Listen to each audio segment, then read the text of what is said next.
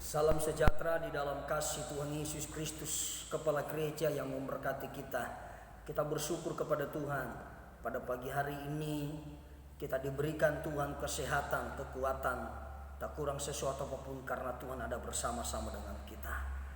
Pagi hari yang berbahagia ini saya akan menyampaikan renungan firman Allah kepada kita. Bagaimana kita sebagai umat kepunyaan Tuhan mendapat belas kasihan Tuhan. Kita akan baca dalam Matius pasal 15 ayat 32 sampai 37. Lalu Yesus memanggil murid-muridnya dan berkata, "Hatiku tergerak oleh belas kasihan kepada orang banyak itu. Sudah 3 hari mereka mengikut aku dan mereka tidak mempunyai makanan. Aku tidak mau menyuruh mereka pulang dengan lapar, nanti mereka pingsan di jalan." Kata murid-muridnya kepadanya, "Bagaimana di tempat sunyi ini mendapat roti yang mengenyangkan orang banyak yang begitu besar jumlahnya?" Kata Yesus kepada mereka, "Berapa roti ada padamu?" 7, jawab mereka, "dan ada lagi beberapa ikan kecil." Lalu Yesus menyuruh orang banyak itu duduk di tanah. Sesudah itu ia mengambil ke-7 roti itu dan ikan-ikan itu, mengucap syukur, memecah-mecahkannya dan memberikannya kepada murid-muridnya. Lalu murid-muridnya juga memberikannya pula kepada orang banyak. Dan mereka semuanya makan sampai kenyang. Kemudian orang mengumpulkan potongan-potongan roti yang sisa, 7 bakul penuh. Bapak Ibu yang diberkati oleh Tuhan, apa belas kasihan Tuhan yang kita terima Tuhan kepada Tuhan hari ini adalah kesehatan, kekuatan, berkat rohani, berkat jasmani.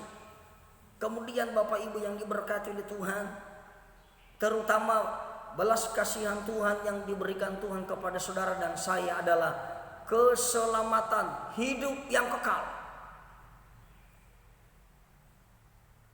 Itu sebabnya Bapak Ibu, kita berusaha untuk mendapatkan belas kasihan Tuhan ini.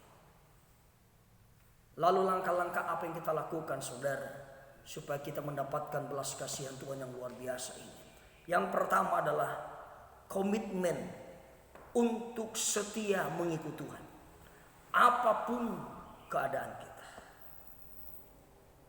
Seperti orang yang jumlahnya cukup banyak itu 4.000 orang jumlahnya. Mereka mengikuti Tuhan.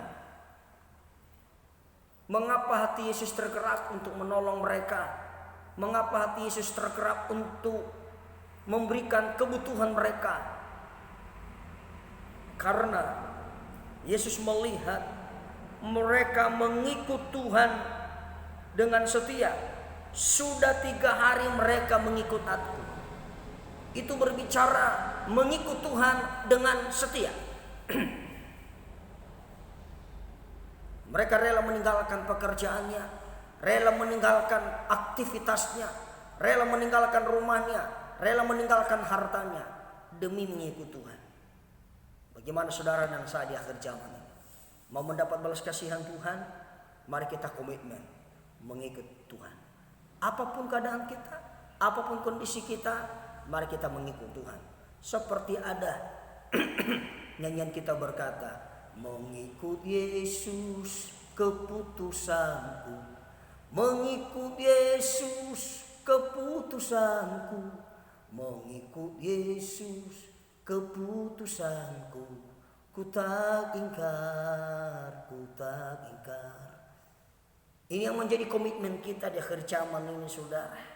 Kesetiaan kita kepada Tuhan tidak tergantung pada keadaan, tetapi kesetiaan kita kepada Tuhan karena kita mengasihi Tuhan dengan sepenuh hati. Maka dari itu saudara, komitmenlah kita di akhir zaman ini. Dalam situasi yang sedang kita hadapi hari-hari ini, Tuhan rindukan kita untuk lebih sungguh lagi, lebih dan lebih untuk mengikut Tuhan. Lebih giat lagi melakukannya. Dan setia sampai Tuhan datang.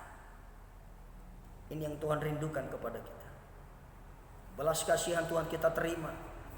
Dia tahu apa yang menjadi kebutuhan kita. Dia tahu apa yang menjadi pergumulan kita.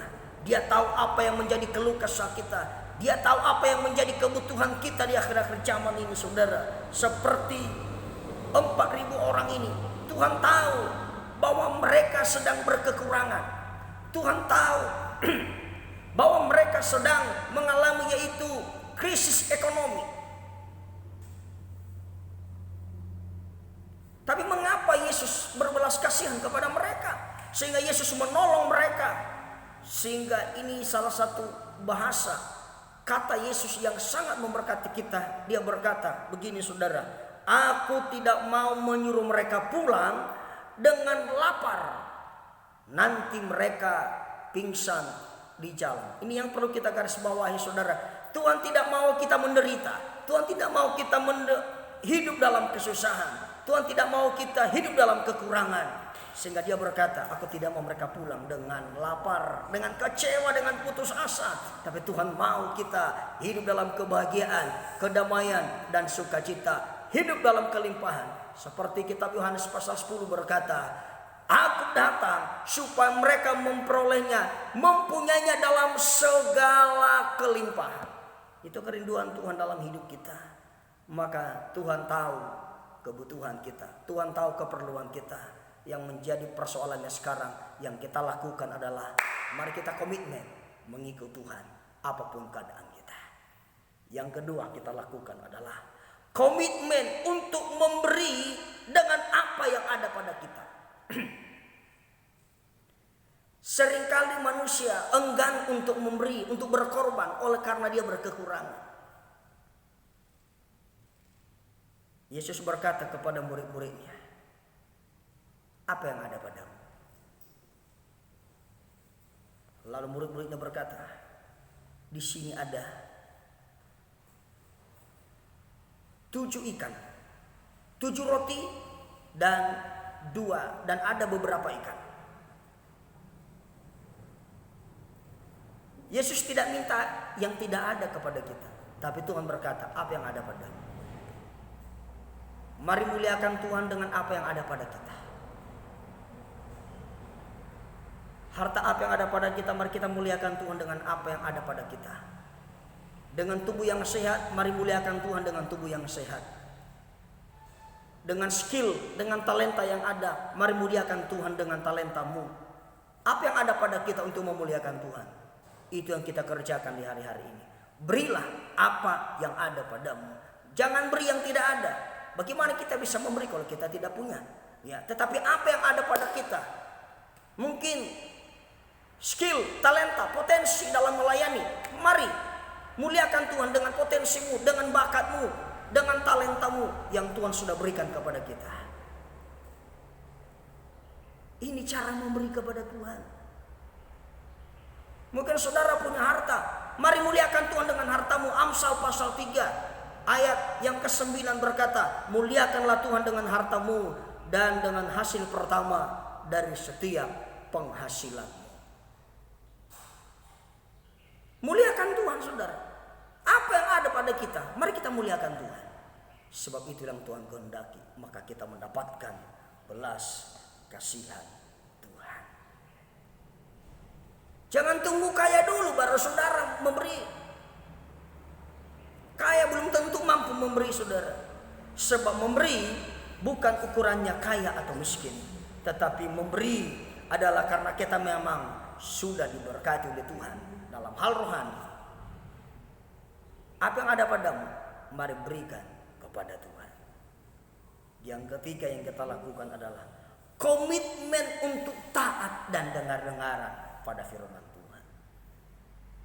Seperti murid-muridnya yang Tuhan berkata, ayo kita beri kasih, kita kasih mereka makan. Dan murid-muridnya belajar taat. Sekalipun secara daging, secara kemanusiaan itu susah. Apalagi di akhir zaman ini menuntut ekonomi kita, tapi Tuhan juga ajar kita untuk memberi. Bagaimana pilihan kita?